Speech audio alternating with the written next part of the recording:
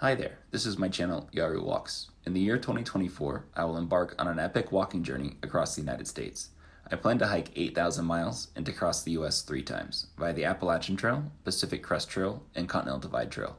In the hiking world, this is known as a calendar year Triple Crown and has been completed by only a handful of hikers in history. The calendar year Triple Crown has traditionally been completed by jumping within or between the trails throughout the year, primarily to avoid snow, but also to avoid other seasonal hazards such as floods, extreme desert heat, and wildfires. For my attempt, I'm trying to hike each trail on a continuous, unbroken, end-to-end footpath, and to accomplish this, I must hike across all 4 seasons. I will be posting weekly updates along the way, so you can join me for the journey. Wish me luck. You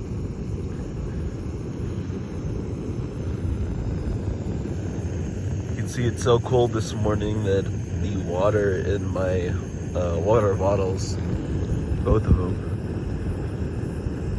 is frozen.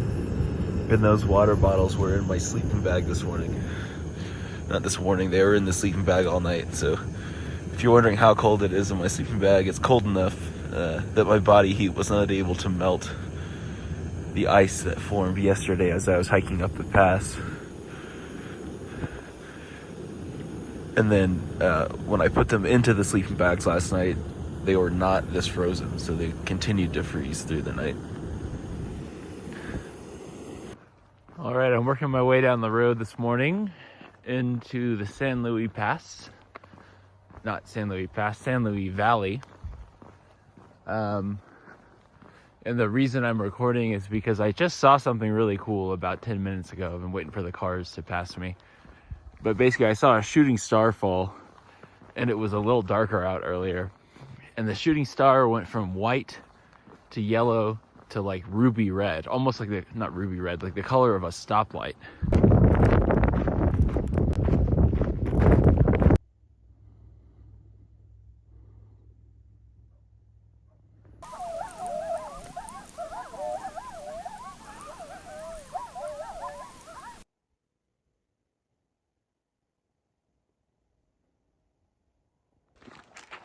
So at night when you're building your camp, there's that transition where you start putting on your warmer layers and getting into your sleeping bag.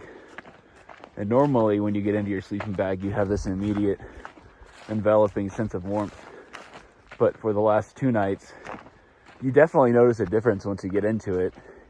And it does warm up a little bit as your body heat starts to build up inside of it. But honestly, like an hour or more later, it feels very similar to the way your body feels just before you get in the sleeping bag. I.e., you're sitting down and it's frigidly cold and you're not moving, so your body's cooling off, but somehow you're just kind of okay with it because like you know the sleeping bag is coming. So the last 2 nights lying down in the sleeping bag, it's felt just about like that. So the reason I describe it that way is because it feels just about like lying on the air pad with no sleeping bag on you. That's about how cold it feels.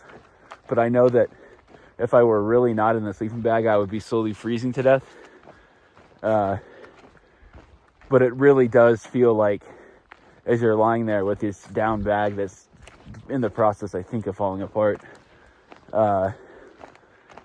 you're confused. You're like, how am I not freezing to death right now?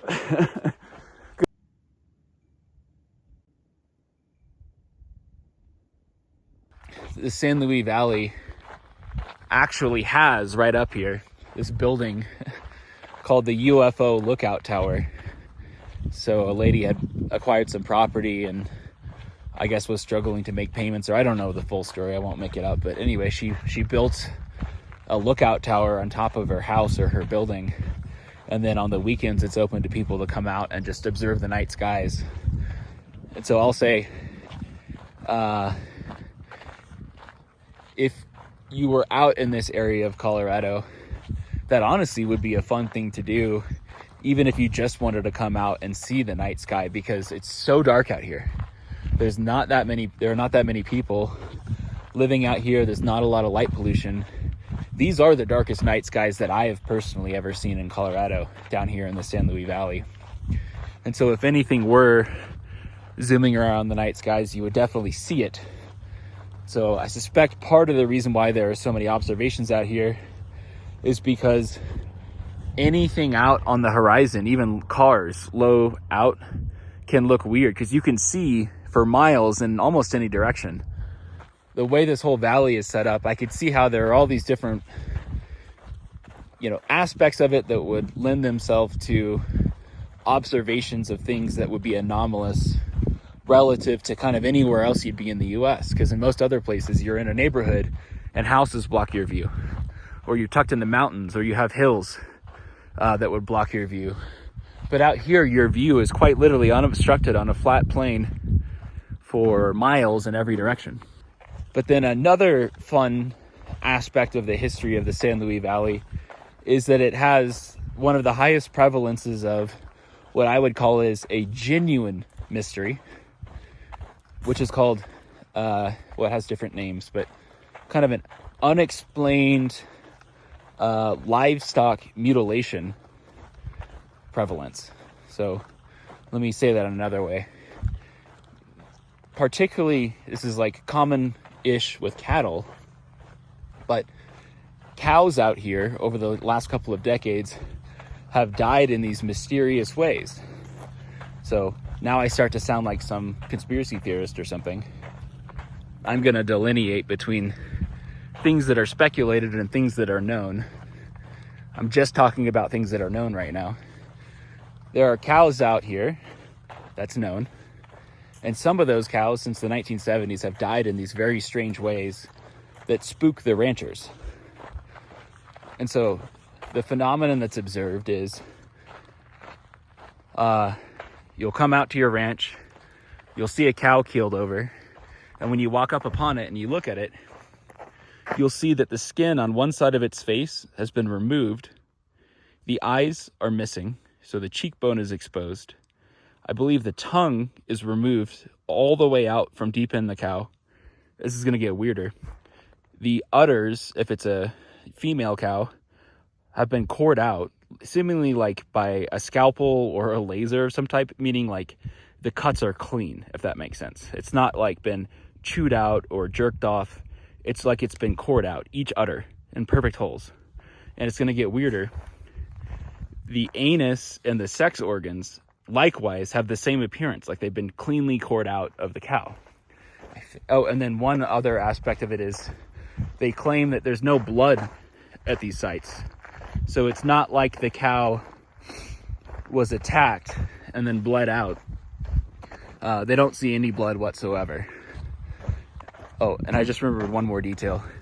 One of the two ears is cleanly cut off, and it's always one ear. Now, this all sounds crazy, and it sounds made up, but just fact check me on it.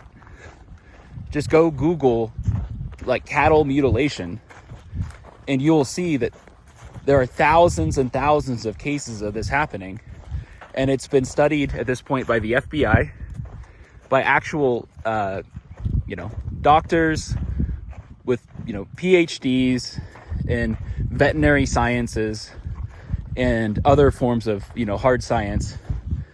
And ultimately, what they conclude is it's not known what causes this. So there are people then who say, that's not explainable, so it's aliens. That's not explainable, so it's the CIA. That's not explainable, so it's a weird religious or devil-worshipping cult. It's funny how the human mind, when it has a phenomenon that's scary and unexplained, rushes to have an answer when the evidence does not support any given answer. I think a more rational type person would say, oh, it's predation, so coyotes or wolves killed it. Or, let's see, it's a viral or bacterial infection that's flesh-eating. That sounds pretty good. But that's where the PhDs come in and the veterinarians come in who can run studies or take tissue samples and examine it, and they've never been able to find any kind of a explanation for what it is. And so then, because some people rush to saying that it's aliens or it's a CIA conspiracy, the whole thing is shrouded in this weirdness. And so people just become dismissive of it, like, oh, that's a kooky thing, keep me away from it. Now, I, with an open mind, look at it and I say, well, let's just leave aliens and the CIA out of it. If we're talking about thousands and thousands of livestock dying from this thing, and it comes in waves where it happens for a couple of weeks in certain areas, and then it'll go away for a year or two. But over the history, it's been in the range of thousands of cattle. And it was most common in the 1970s. And quite literally in this valley. So kind of the non-skeptics, they defer to that this valley is haunted, or it's possessed, or there's some type of military technology here, or there's some type of interaction with aliens in outer space. But like, it has this lore in this area, and that is in part why there's this UFO watchtower up here. I'm just explaining to you some of the local lore.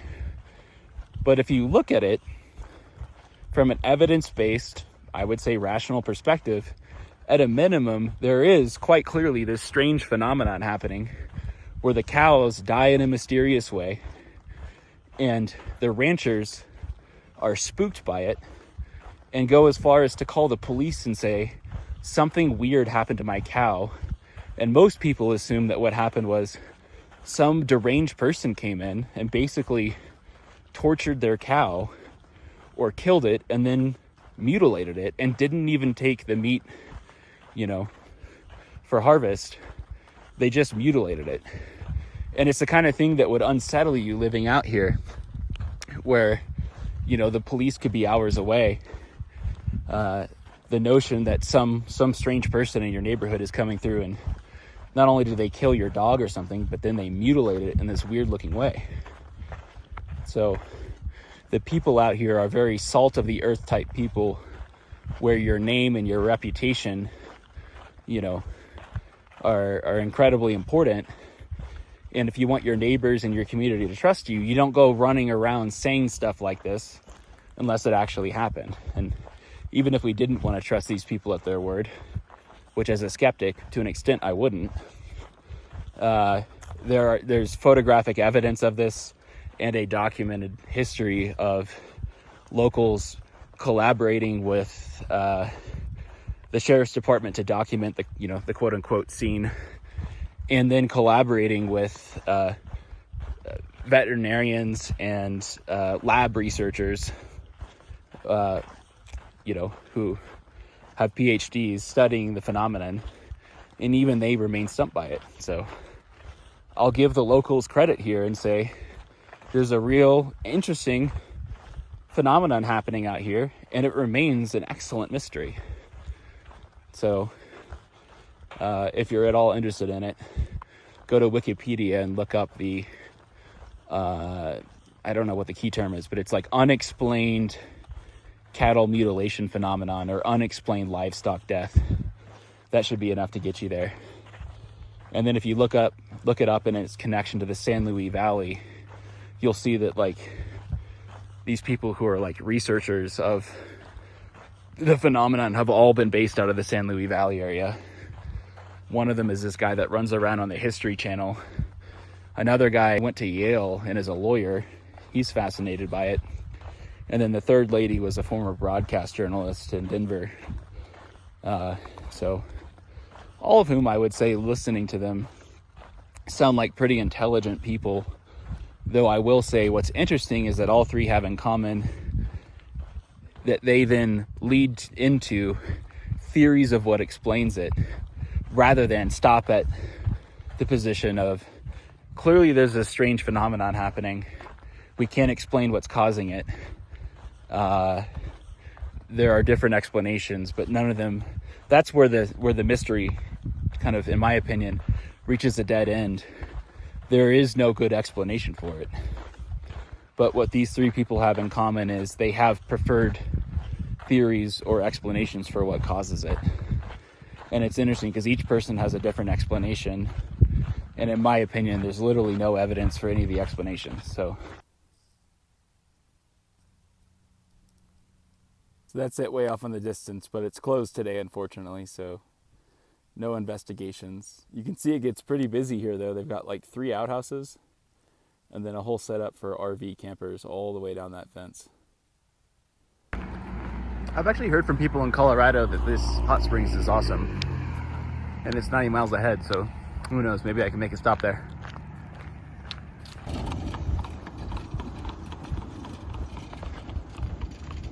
I haven't seen that since Maine. Alrighty, moving along this morning. I had a fun interaction last night. I was walking down the road and a highway patrolman comes down the other side of the highway, pulls off on the left side of the road. I'm like, pretty sure he's coming for me, but I'll wait and see. So I just kept doing my thing, walking forward. And then he does a U-turn, gets up behind me. He still hasn't put his lights on, so I just kept walking. And then he kind of rolled up closer, and I was like, all right, I'll go ahead and turn around. And at the exact moment that I turned around, he put his lights on. So then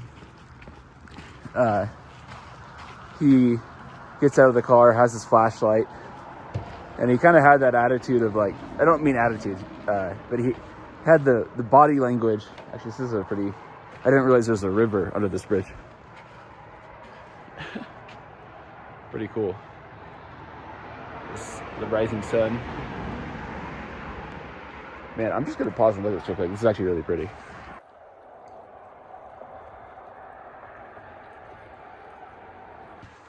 Anyway, this is kind of hard to multitask this. The beams are not evenly spaced.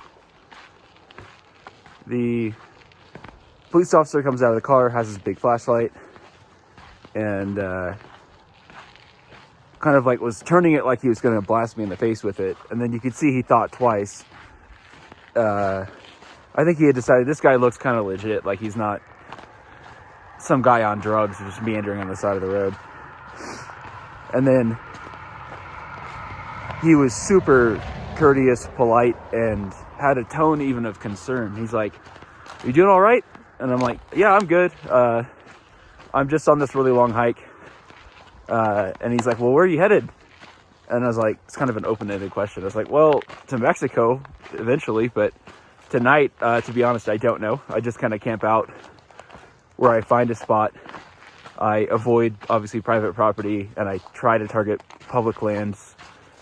Sometimes in a pinch, I sleep on the side of the road, but that's pretty rare.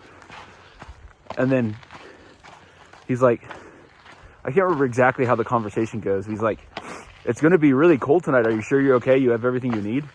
And I say, "Yeah, I mean, I've been going for 7,000 miles and I've seen all sorts of crazy conditions. I honestly feel safe out here.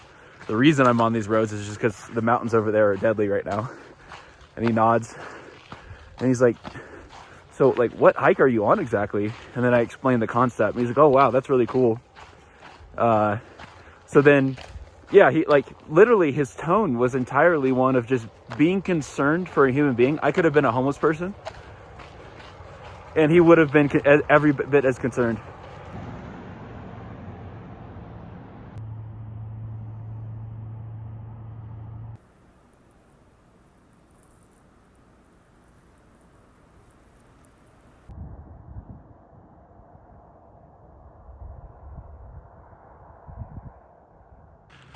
All right, I'm leaving.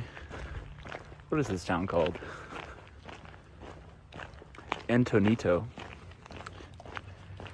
And the next water is not for 60 miles until I get to Ojo Caliente in New Mexico. I was scrolling down on my map and I just saw the name of an area, which is called No Agua. And my spider sense rang a bell, because those names that go back hundreds of years are usually there for a reason, especially when it's a name that just describes like a geographical feature like No Agua. So I started scrolling down my route and I realized basically the river that I'm walking over right now in about 10 seconds is the last water for 60 miles until I will get to a gas station in Ojo Caliente. That's the river. So I stopped at a gas station, drank an entire Gatorade, bought one Red Bull, loaded all of my water bottles, and I bought what is like maybe a half gallon of water. So hopefully that's enough to take me 60 miles. Sure seems like it wouldn't be.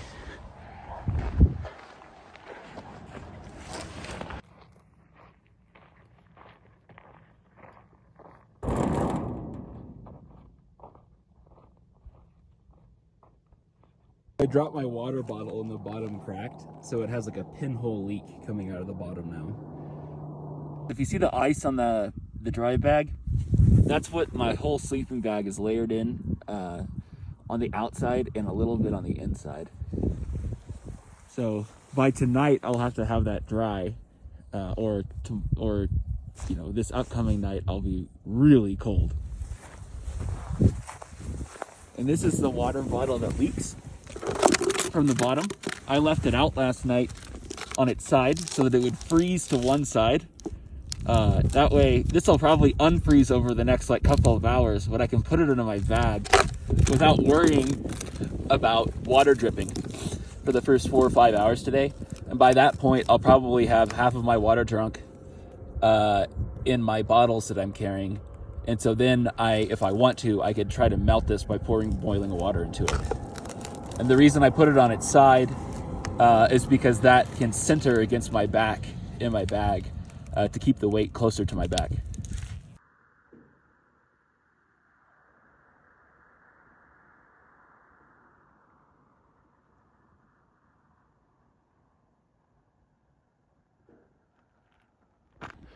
The very best part of road walking.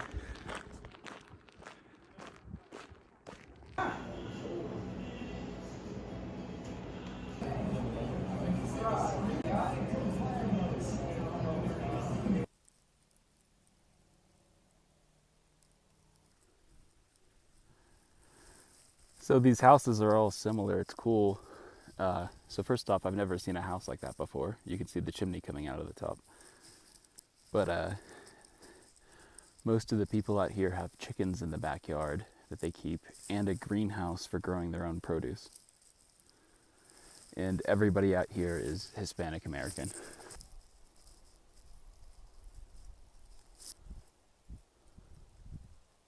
I'm walking down this road, and really for the last, like, I don't know, 2 days, I've been thinking, oh, this is so uniquely New Mexico. It doesn't look like anywhere else I've been in the States. And then I came into this mountain range, and I'm just on the outside edge, kind of cutting through it right now. And I'm also, like, now sliding down an elevation. I mean, I've heard that parts of New Mexico have the most lax housing laws. So I'm just going to zoom in on this house real quick. It's almost more of a barn. It's like plywood on the outside and almost like a shed roofing. You can see that's the bus over there. And then maybe like a shed or outhouse in the back.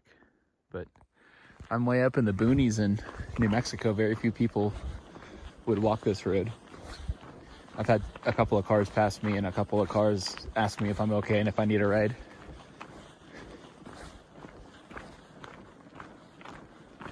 I know that New Mexico is the state where earth ships are built, which are houses that are made out of like recycled tires and earth. And the idea is that they cost almost nothing to make. And they're basically made of earth and recycled materials. And they're structurally really sound and functional. But because they don't involve, you know, buying new materials and using construction services, there's a, I don't know, American cultural opposition to allowing people to build structures like that.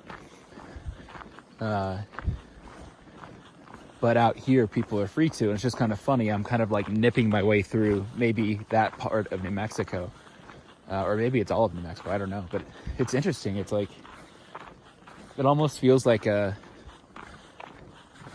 childhood backyard plywood building project where you're building forts in your backyard, but it's people's houses, and obviously they're much better constructed than that. But it's cool that you have that kind of freedom in New Mexico. All right, I'm just filming this because I don't want to forget it. This is officially the strangest place I've been in the United States on this entire hike. I'm walking through neighborhoods that have been going on now, and I'm like back in the mountains. And like I said, when I walk down the road, everyone stops to ask like if I need help and what I'm doing. And I tell them, oh, I'm just like walking through the neighborhood. I'm going to Ojo Caliente, and I'm walking across America. And they're all like, oh, nice. But every house out here looks like it's made of like plywood or 2x4s, or I don't want to understate it, like, or maybe rather overstate it, but I've just never seen houses in America like these houses, and they all have like corrugated steel tin roofs and little chimney, like metal pipes sticking out with like wood burning fireplaces. I've just never walked through anywhere in America that looks like this. It's so interesting.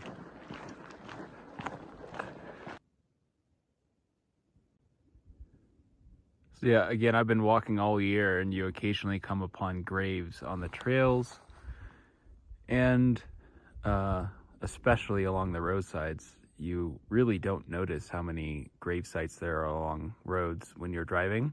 There are certain ones that are obvious and stick out, and you would probably see on every commute, but there are a lot more that are out of eyesight of the road but catch your eye when you're walking. And this one, by far, is the most deaths I've seen in any one place. I saw 4 off the side of the road in Wyoming, but this is 6 separate people who appeared to have died in a car accident. And you can see every single one has a different name except for 2.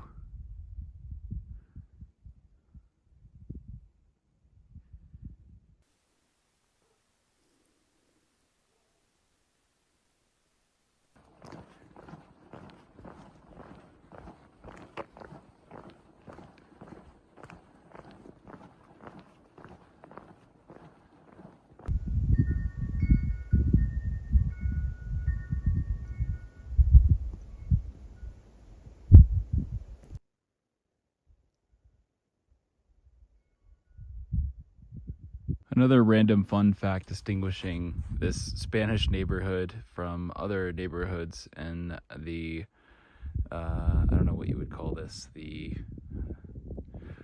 remote farming / ranching locations, is the wood that they use to build their ranch fences is way bigger than anything I've ever seen anywhere else, which is interesting. Maybe it's just a sturdier fence.